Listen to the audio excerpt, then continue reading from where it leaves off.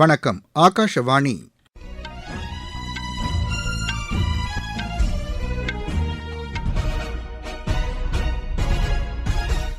செய்திகள் வாசிப்பவர் ரெங்கநாதன்.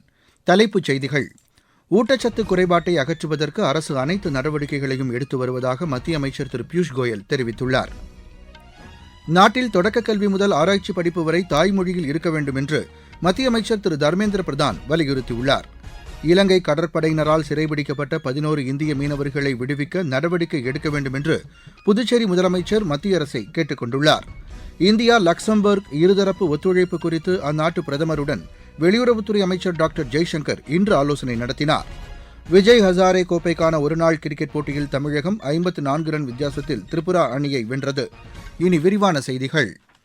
ஊட்டச்சத்து குறைபாட்டை அகற்றுவதற்கு பிரதமர் திரு நரேந்திர மோடி தலைமையிலான அரசு அனைத்து நடவடிக்கைகளையும் எடுத்து வருவதாக மத்திய வர்த்தக அமைச்சர் திரு பியூஷ் கோயல் தெரிவித்துள்ளார்.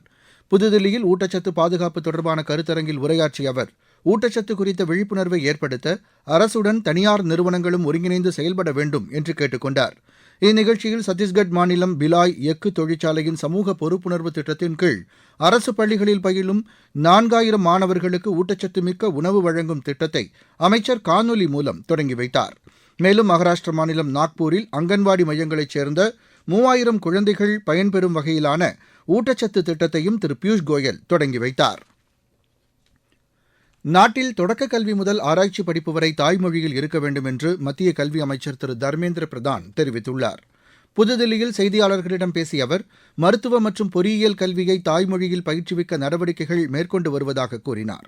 நாட்டின் அனைத்து பிராந்திய மொழிகளும் தேசிய மொழிகள் என்று பிரதமர் திரு நரேந்திர மோடி கூறியுள்ளதையும் அவர் சுட்டிக்காட்டினார். கடந்த ஆண்டு மராட்டி, தெலுங்கு, பெங்காலி உள்ளிட்ட மேலும் 5 மொழிகளுக்கு செம்மொழி அந்தஸ்து வழங்கியதை திரு தர்மேந்திர பிரதான் குறிப்பிட்டார்.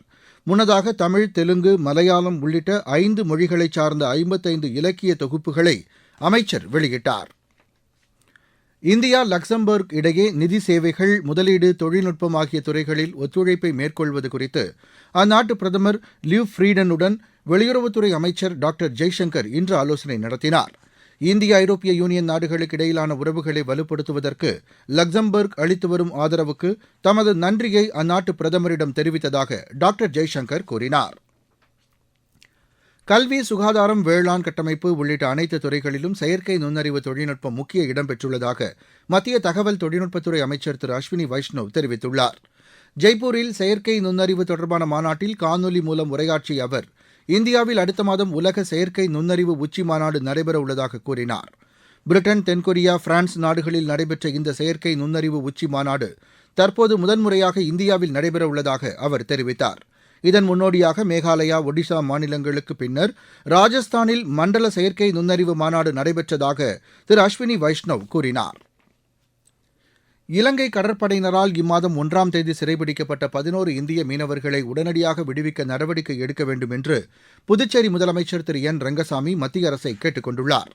வெளியுறவுத்துறை அமைச்சர் டாக்டர் ஜெய்சங்கருக்கு அவர் எழுதியுள்ள கடிதத்தில், காரைக்காலைச் சேர்ந்த 10 மீனவர்களும் தமிழகத்தைச் சேர்ந்த 1 மீனவரும் எல்லை தாண்டி மீன்பிடித்ததாக கூறி இலங்கை கடற்படையினர் கைது செய்ததாக கூறியுள்ளார். கோடியக்கரையிலிருந்து மீன்பிடிக்கச் சென்ற இவர்களை விடுவிக்க மத்திய அரசு நடவடிக்கை எடுக்க வேண்டும் என்று திரு ரங்கசாமி வலியுறுத்தியுள்ளார்.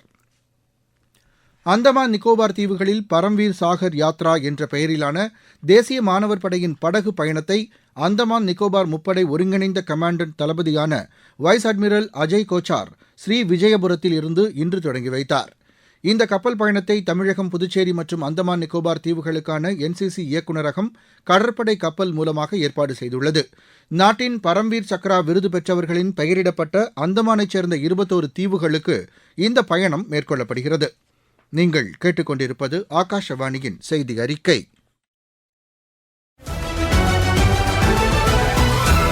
ஊரக வளர்ச்சிக்கான புதிய அத்தியாயம்.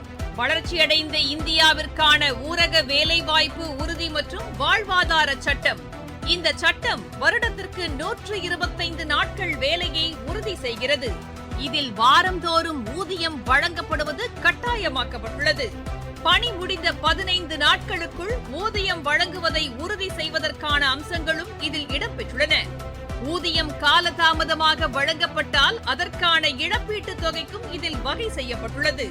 வளர்ச்சியடைந்த இந்தியாவிற்கான பயணத்தில் மோடி அரசு தொடரும் சீர்திருத்த நடவடிக்கைகள்.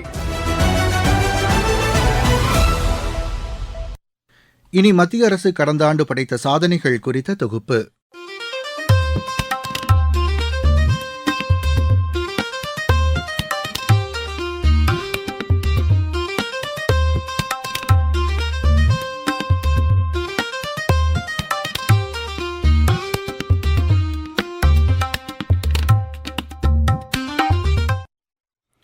இதில் இன்று இடம்பெறுகிறது எளிதாக வர்த்தகம் புரிவதற்கான சீர்திருத்த நடவடிக்கைகள்.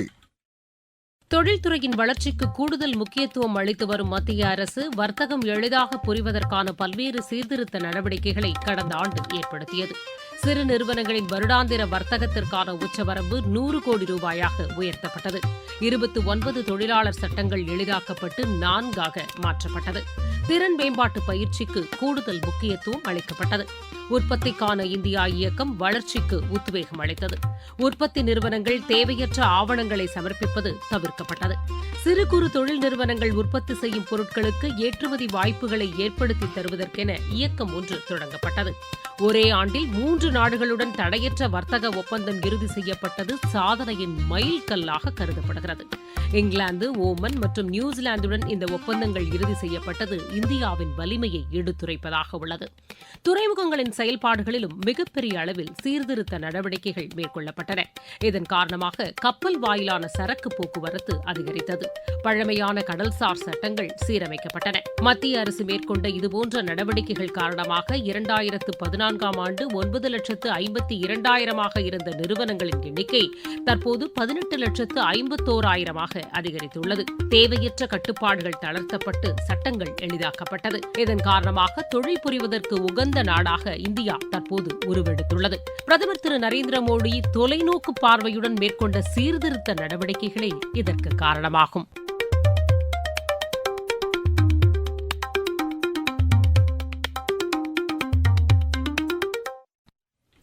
உத்தரப்பிரதேசத்தில் வாக்காளர் பட்டியல் சிறப்பு தீவிர திருத்தப் பணிகள் முடிவடைந்த நிலையில் தேர்தல் ஆணையம் இன்று வரைவு வாக்காளர் பட்டியலை வெளியிட்டுள்ளது. லக்னோவில் செய்தியாளர்களிடம் பேசிய தலைமை தேர்தல் அதிகாரி திரு நவ்தீப் ரின்வா இந்த வரைவு வாக்காளர் பட்டியலில் 12,55,00,000 வாக்காளர்கள் இடம்பெற்றுள்ளதாக தெரிவித்தார். வாக்காளர் பட்டியலிலிருந்து 2,89,00,000 பேர் நீக்கப்பட்டுள்ளதாக அவர் கூறினார். இறுதி வாக்காளர் பட்டியல் வரும் மார்ச் மாதம் 6ஆம் தேதி வெளியிடப்படும் என்றும் திரு நவ்தீப் ரின்வா தெரிவித்தார். தெற்கு மற்றும் கிழக்கு லெபனானில் இஸ்ரேல் விமானப்படையினர் தொடர் தாக்குதல் நடத்தி வருகின்றனர். இந்நாட்டின் தெற்கு கடற்கரை பகுதியில் அமைந்துள்ள சிடான் நகரில் 3 அடுக்கு வர்த்தக வளாகத்தின் மீது விமானப்படை தாக்குதல் நடத்தப்பட்டது. இந்த தாக்குதலை லெபனான் அதிபர் திரு ஜோசப் அவுன் வன்மையாக கண்டித்துள்ளார். இந்த தாக்குதலை நியாயப்படுத்தியுள்ள இஸ்ரேல் ராணுவம் ஹெஸ்புல்லா மற்றும் ஹமாஸ் தீவிரவாதிகள் ஆயுதங்களை பதுக்கி வைத்திருந்த இடங்களில் இந்த தாக்குதல் நடத்தப்பட்டதாக தெரிவித்துள்ளது. மத்திய பணியாளர் நலத்துறை இணையமைச்சர் டாக்டர் ஜிதேந்திர சிங் தொலைத்தொடர்பு மற்றும் அஞ்சல் துறை ஓய்வூதியதாரர் சங்க பிரதிநிதிகளுடன் புதுதில்லியில் இன்று ஆலோசனை மேற்கொண்டார். விஜய் ஹசாரே கோப்பைக்கான ஒருநாள் கிரிக்கெட் போட்டியில் தமிழகம் 54 ரன் வித்தியாசத்தில் திரிபுரா அணியை வென்றது. அகமதாபாத்தில் நடைபெற்ற இப்போட்டியில் முதலில் பேட் செய்த தமிழக அணி 50 ஓவரில் 6 விக்கெட் இழப்பிற்கு 259 ரன் எடுத்தது. 260 ரன் என்ற வெற்றி இலக்குடன் பின்னர் களமிறங்கிய திரிபுரா அணி 42.4 ஓவரில் அனைத்து விக்கெட்டுகளையும் இழந்து 205 ரன் மட்டுமே எடுத்து தோல்வியடைந்தது. மலேசிய ஓபன் பேட்மிண்டன் போட்டியில் இந்தியாவின் ஆயுஷ் ஷெட்டி காலிறுதிக்கு முந்தைய சுற்றுக்கு முன்னேறியுள்ளார். இன்று நடைபெற்ற முதல் சுற்று ஆட்டத்தில் அவர் 21-12, 21-17 என்ற செட் கணக்கில் மலேசியாவின் ஜியா லீயை வென்றார். மீண்டும் தலைப்புச் செய்திகள். ஊட்டச்சத்து குறைபாட்டை அகற்றுவதற்கு அரசு அனைத்து நடவடிக்கைகளையும் எடுத்து வருவதாக மத்திய அமைச்சர் திரு பியூஷ் கோயல் தெரிவித்துள்ளார். நாட்டில் தொடக்கக் கல்வி முதல் ஆராய்ச்சி படிப்பு வரை தாய்மொழியில் இருக்க வேண்டும் என்று மத்திய அமைச்சர் திரு தர்மேந்திர பிரதான் வலியுறுத்தியுள்ளார். இலங்கை கடற்படையினரால் சிறைபிடிக்கப்பட்ட 11 இந்திய மீனவர்களை விடுவிக்க நடவடிக்கை எடுக்க வேண்டும் என்று புதுச்சேரி முதலமைச்சர் மத்திய அரசை கேட்டுக் கொண்டுள்ளார். இந்தியா லக்சம்பர்க் இருதரப்பு ஒத்துழைப்பு குறித்து அந்நாட்டு பிரதமருடன் வெளியுறவுத்துறை அமைச்சர் டாக்டர் ஜெய்சங்கர் இன்று ஆலோசனை நடத்தினார். விஜய் ஹசாரே கோப்பைக்கான ஒருநாள் கிரிக்கெட் போட்டியில் தமிழகம் 54 ரன் வித்தியாசத்தில் திரிபுரா அணியை வென்றது. செய்தி அறிக்கை இத்துடன் நிறைவு பெற்றது.